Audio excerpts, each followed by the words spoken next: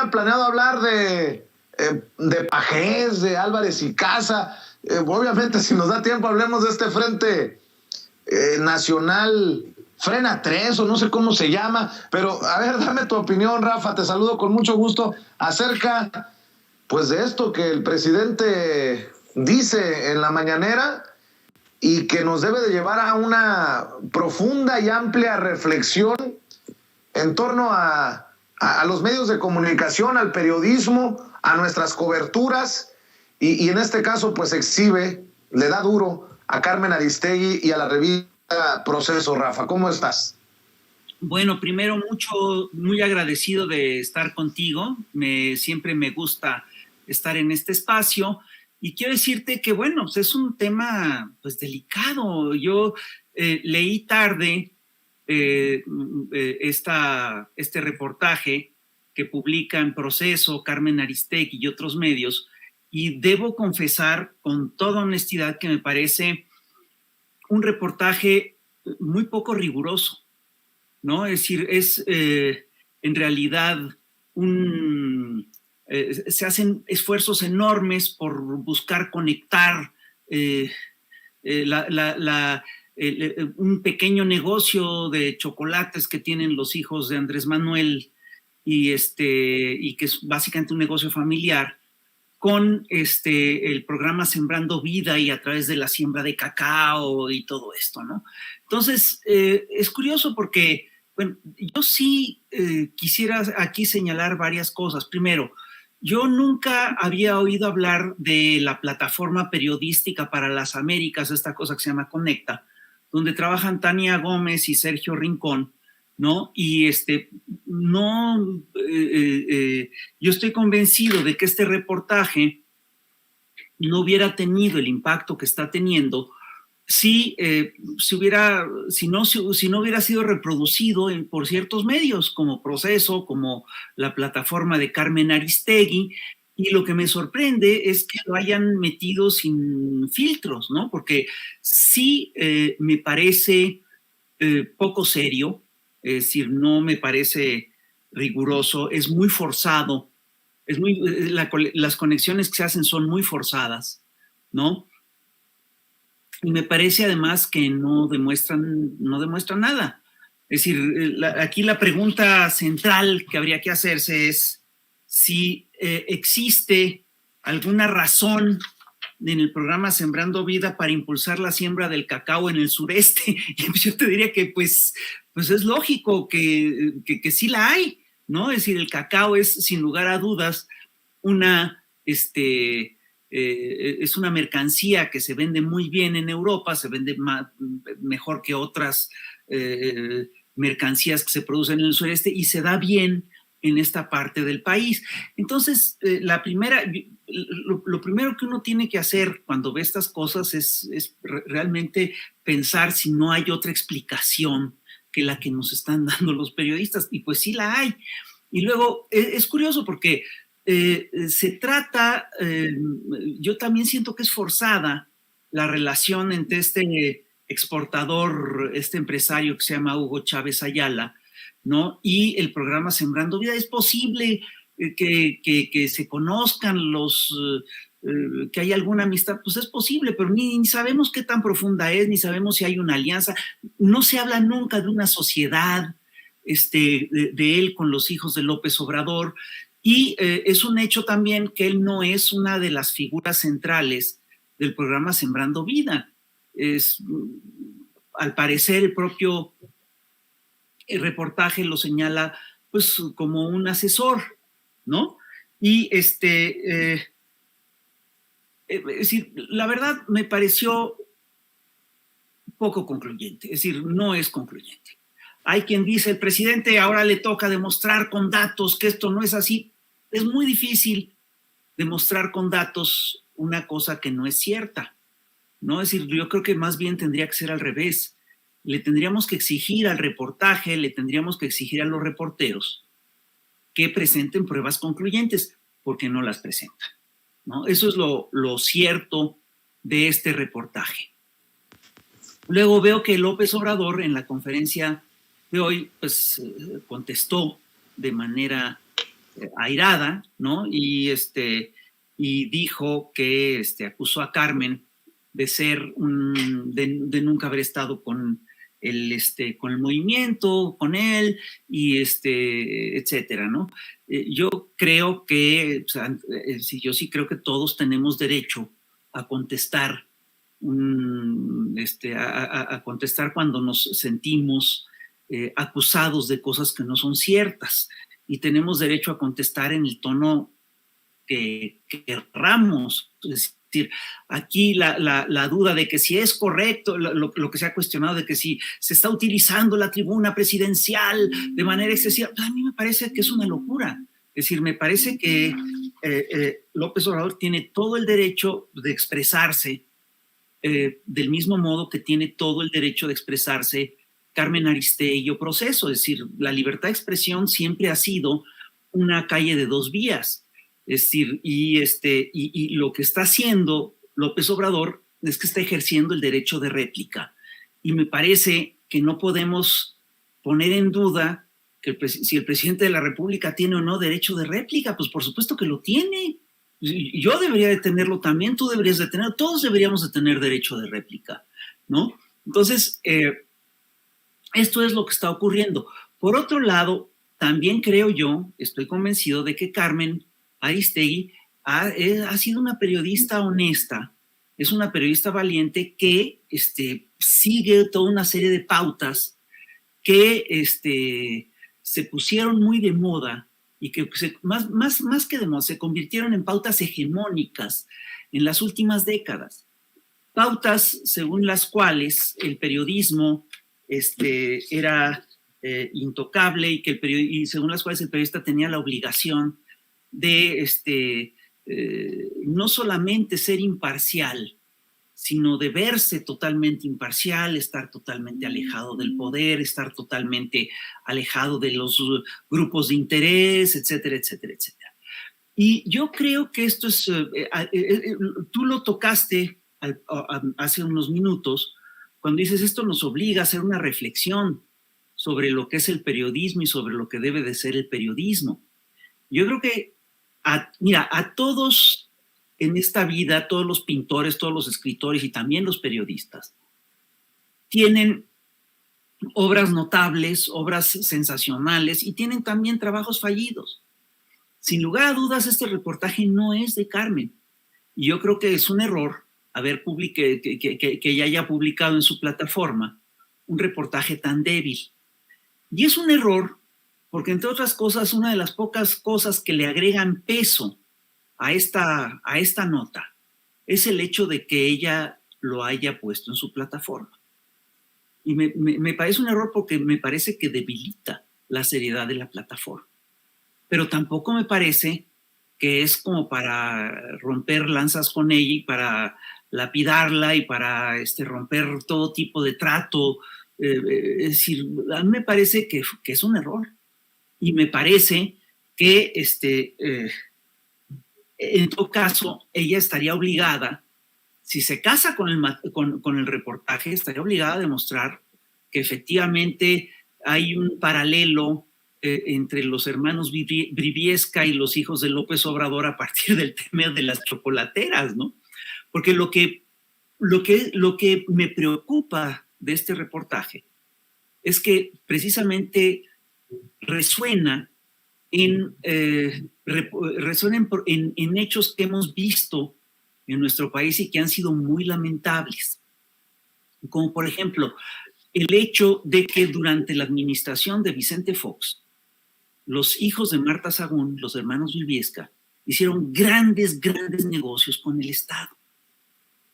Hicieron su empresa Oceanografía, que hizo contratos de miles de millones de pesos con Pemex, ¿no? Contratos que no fueron, que no pasaron por todos los filtros necesarios de la empresa, ¿no? Y que convirtieron a los hermanos Briviesca en multimillonarios en cuestiones de semanas. Aquí lo que habría que preguntarse, ¿estamos realmente ante este caso? ¿Puede haber un paralelo entre el caso de los Briviesca y el caso de la hacienda del cacao en el sureste? Y pues yo ahí sí pediría, es decir, y para hacer este paralelo, yo sí exigiría que me dieran pruebas y que me dieran pruebas creíbles. Mientras esto no se dé, pues es claro que se trata de un reportaje que está inflado y que se trata de un reportaje que está exagerando y que se está sumando a una campaña de descrédito. Entonces, a mí me preocupa, por supuesto, qué tipo de, regresando al tema que te estaba planteando, me preocupa qué hacemos con cuál es la ruta del periodismo en México, qué vamos a hacer con el periodismo nacional. Me parece que es decir, el periodismo en México ha tenido una evolución muy lenta y muy dolorosa y ha sido muy complicada. Pasamos de un periodismo en el cual los grandes medios solo repetían de manera uniforme lo que decía el poder, a un periodismo que estaba, el poder presidencial, perdón, lo que decía el poder presidencial, es decir, no se nos puede olvidar que Azcárraga padre, Azcárraga Milmo, llegó a decir que él era un soldado del presidente. No se nos puede olvidar que el Universal, el propio Excelsior, se comportaron como el portavoz del Estado, ¿no? Es decir, y hubo un momento de transición que vino con el auge del neoliberalismo, en el cual se debilitó el poder del Estado y se fortalecieron los poderes empresariales. Entonces hubo un giro en las lógicas del poder y en las lógicas de la prensa también. Entonces los periodistas, los periódicos empezaron a ser, digamos, bueno, no solamente los periódicos, las cadenas de televisión y de radio, empezaron a ser voceros de grupos empresariales concretos. Eso es lo que ocurrió. Si tú revisas cómo estaba organizado el periodismo a finales de la era neoliberal, tú vas a ver que había un poco de todo, por supuesto. Había medios independientes, había publicaciones de periodistas, pero los medios más importantes, el grueso de los medios, eran propiedad de grupos de empresarios o de grupos empresariales muy fuertes. Y una de las estrategias que le dieron credibilidad a este tipo de periodismo es precisamente esta idea de la imparcialidad, de que ellos estaban lejos de todo poder, y entonces empezaron a haber críticas a los presidentes y se pudieron filtrar reportajes, como este reportaje que sí era muy sólido, el de la Casa Blanca de Carmen Aristegui, que fue un reportaje histórico muy importante, ¿no? Y estas cosas se fueron dando y se consolidó la figura del periodista independiente que estaba lejos del poder, que actuaba de motu propio, en la búsqueda de la verdad, etcétera, etcétera, etcétera.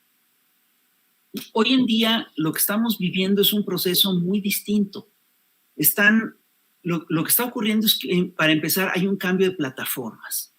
Hay un cambio de plataformas y nos encontramos con que la televisión ya no tiene el peso que tenía hace 15 años, aunque sigue siendo muy importante, y que empiezan a tener un peso importante las Twitter y los YouTubers y estos espacios como el que estamos platicando empezaron a adquirir una gran importancia y una gran credibilidad.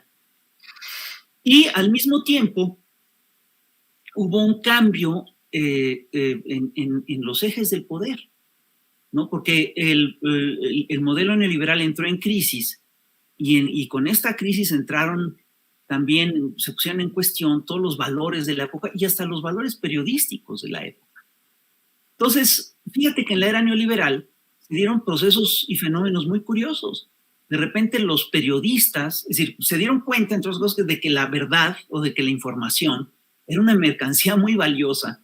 Y nos encontramos con que periodistas específicos se convirtieron en grandes, grandes empresarios, ¿no? Y ¿cuál era su negocio? Pues el negocio era la palabra, el negocio era lo que podían decir. En el libro de Andrés Manuel López Obrador se reseña, por ejemplo, lo que ganaban gentes como López Dóriga, como Broso, como Loret de Mola, y también se reseñaba lo que ganaban empresarios de la cultura como Enrique Krause o como Héctor Aguilar Camín. Entonces, eso te habla básicamente de que era un negocio muy específico, era un negocio muy especial. Y reportajes, estos de repente reportajes fuertes que hacían grandes denuncias, se convertían también en mercancías muy valiosas. Yo lo que bueno, hubo toda una serie de periodistas que crecieron y que hicieron su carrera a la luz, al amparo de estas lógicas. Yo sigo pensando que Carmen es una gente honesta, pero creo que esta mercancía que nos puso ahorita en circulación no es muy buena. Demerita demerita el espacio, ¿no? Y sí creo que tenemos que hacer una revisión profunda acerca de lo que es la relación del periodista y el poder. Y lo voy a plantear de manera muy clara. Es decir, seguimos todavía marcados por esta lógica presidencialista, según la cual pues, el presidente era el gran mandamás de la nación y era el que decía y el que establecía y estaba por encima del poder ejecutivo, del legislativo, del judicial, incluso de los poderes económicos, etcétera, etcétera, etcétera. Esto ya no es así. Actualmente el poder es un entramado muy complejo. Sin lugar a dudas, el presidente tiene cierto poder y tiene cierto margen de maniobra. Pero hasta Barack Obama, cuando llegó a la presidencia, dijo, bueno, yo voy a tener, imagínate, el presidente de Estados Unidos, el hombre, en principio el hombre más poderoso del mundo, dijo, yo voy a tener que negociar con poderes fácticos, con gente muy poderosa. Bueno, lo mismo está ocurriendo hoy en día. La presidencia de la República es uno de los poderes de la Unión, pero no es el único poder de la Unión. Sí hay un equilibrio de poderes, es decir, a pesar de lo que se diga, dígase lo que se diga, el Poder Judicial es un poder que actúa de manera independiente y que es respetado. El poder del Congreso también, aunque haya mayoría de una de las facciones, pero las bancadas están muy claras, ¿no? Y cada bancada dice lo que piensa y habla con toda libertad.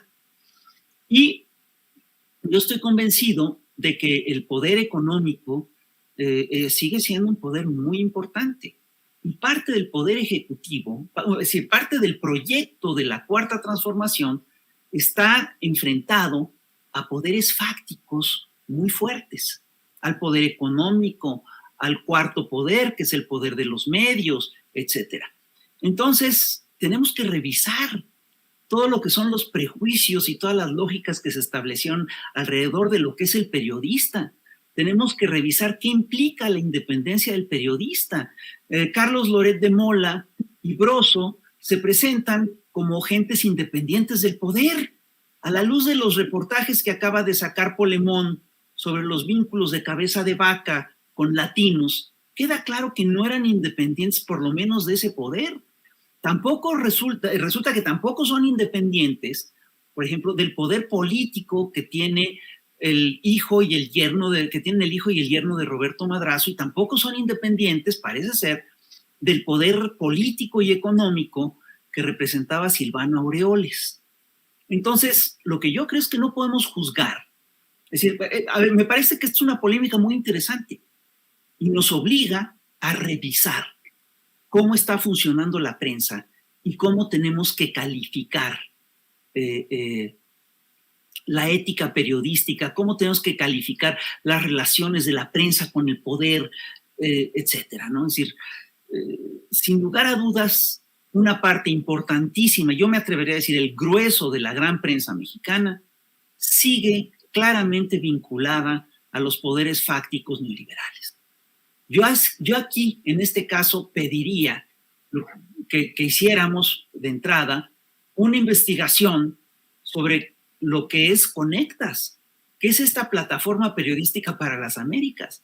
¿Quién financió y quién patrocinó este reportaje? Sigamos el dinero. Y si seguimos el dinero, vamos a encontrar qué intereses están detrás de estos procesos. Yo esto es lo que diría sobre el tema. Y mira cómo son las cosas, Rafa, que lo que también debe de ocuparnos hoy es esta creación, creo yo, no sé si para la burla, para el pitorreo o para también desmenuzar esta creación de un frente civil, Frente Ciudadano, Nacional, no sé cómo le llaman, en el que aparecen los mismos, Álvarez y Casa, Pajés, los mismos de los mismos, Cecilia Soto, y creo que también es importante señalarlo porque tenemos que prestarle atención a la cobertura mediática que se le da a esta creación, esta organización de los abacofirmantes, en su mayoría, Rafael.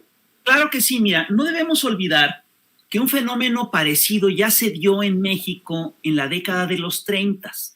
Cuando Lázaro Cárdenas ocupó la presidencia de la República, surgieron infinidad de membretes opositores de la derecha. La mayoría desaparecieron en cosa de semanas o meses, ¿no? La gran mayoría. Pero yo recuerdo que cuando hice mi investigación sobre la raíz nazi del Partido de Acción Nacional, me aparecieron, pero decenas, eran como 40 o 50 membretes, ¿no? Y yo creo que estamos en el mismo proceso, estamos ante una oposición que carece de proyecto, que carece de dirigentes, que no carece de cuadros, pero que se encuentra con que estos cuadros están muy desacreditados, ¿no? Es decir, carece de prestigio en ese sentido, y pero tiene dinero y están buscando una marca que pegue entre el público. Lo están viendo, y esto se me hace muy divertido, se me hace muy simpático, como un trabajo mercadotécnico, como si dijeran, bueno, ya la marcha frena no pegó, entonces vamos a hacer el BOA, el Bloque Amplio Opositor. Bueno, ya no pegó el BOA, entonces vamos a hacer el Sí por México. Bueno, ya no pegó el Sí por México, ahora vamos a hacer el Frente Cívico Nacional. Es decir, están buscando una marca. Y es curioso porque sí están procediendo, digamos, como una agencia, como una agencia publicitaria. Y yo creo que están cometiendo un error. Eso, por supuesto, que tiene un peso y por supuesto que tienen herramientas específicas que funcionan para ciertas cosas, pero hoy en día difícilmente van a funcionar para armar una estrategia política eficaz, ¿no?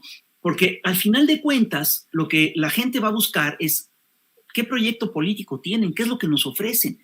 Y si tú revisas qué es lo que nos ofrecen, pues nos ofrecen a una serie de figuras políticas que básicamente representan más de lo mismo, y que lo que representan es un proyecto económico y político que está muy desgastado, que está muy deteriorado, que está muy desacreditado, que saqueó a la nación, que lo que busca es fortalecer el trabajo esclavo y el saqueo. Es un proyecto poco nacionalista. Y hay una cosa que ellos no están viendo, y yo creo que aquí está el centro de su problema. Lo que no están viendo es que lo que está en crisis es el modelo económico neoliberal en su conjunto. Entonces, ¿qué nos ofrecen ellos? Es decir, lo que nos ofrecen ellos es el regreso al saqueo, es la perpetuación de los contratos leoninos con Iberdrola, la perpetuación de estas cosas que hemos estado viendo, de que se hicieron contratos chuecos para rehabilitar las refinerías y que alguien se quedó con el dinero. En fin, son esas lógicas que fueron dominantes en la era neoliberal y que hoy yo creo que ya no funcionan. Pues qué cosas. Una reflexión para cerrar, Rafa, en momentos en que el presidente dice que Carmen Aristegui y la revista Proceso son mentirosos, en momentos en que se publica esta nueva investigación que cuestionaría la honestidad del presidente y sus hijos, en momentos en que se crea este Frente Nacional por los mismos de los mismos, en momentos en que, en fin, tantas cosas que están ocurriendo. Es tal vez el momento más turbio en estos 3 años de la guerra sucia contra López Obrador. ¿Es el momento más álgido? No, yo creo que hemos tenido, es decir, a ver, es una cosa que hay que que hay que además poner siempre sobre la mesa, y qué bueno que tú lo recuerdas porque yo no lo mencioné y debía haber empezado por ahí.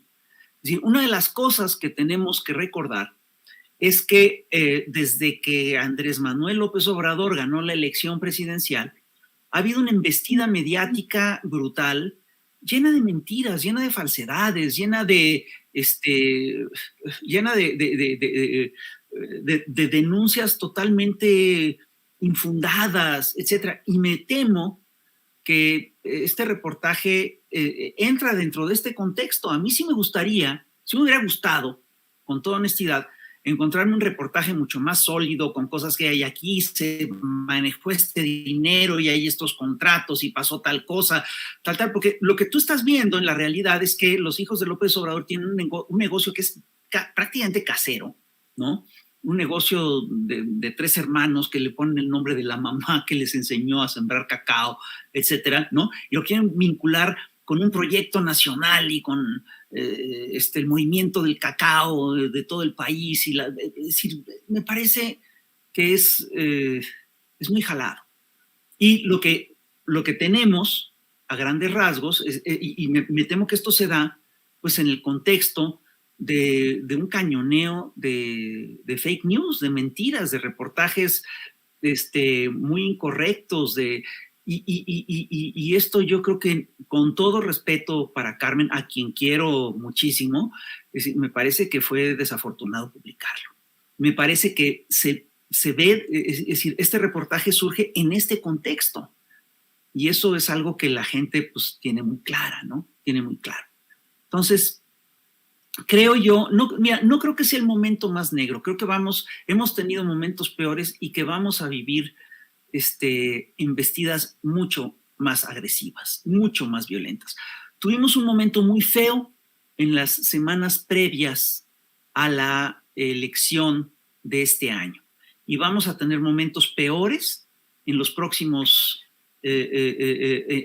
para allá por el 2004. Eso te lo puedo augurar con toda certeza. Lo que me parece es que este tipo de reportajes lo que buscan es mantener el clima de duda, de desánimo, de desazón, de desencanto que estos señores buscaron sembrar desde el primer día. Y yo creo que frente a eso, lo que tú tienes es que hay un proyecto que sí le genera mucha esperanza a muchísima gente. No se nos olvide que López Obrador subió en las encuestas de 64 al 68% y sus negativos bajaron. No se nos olvide tampoco que se ha convertido en una figura importante a nivel internacional. No se nos olvide que para mucha gente sigue siendo la esperanza. No se nos olvide, entre otras cosas, que el miércoles va a haber una concentración importante en el Zócalo, en la cual López Obrador va a dar un informe y que se prevé que el Zócalo se va a llenar. Entonces yo sí creo que este reportaje, ¿no?, lo que busca es quitarle puntos de credibilidad a López Obrador, y me parece que no lo logra.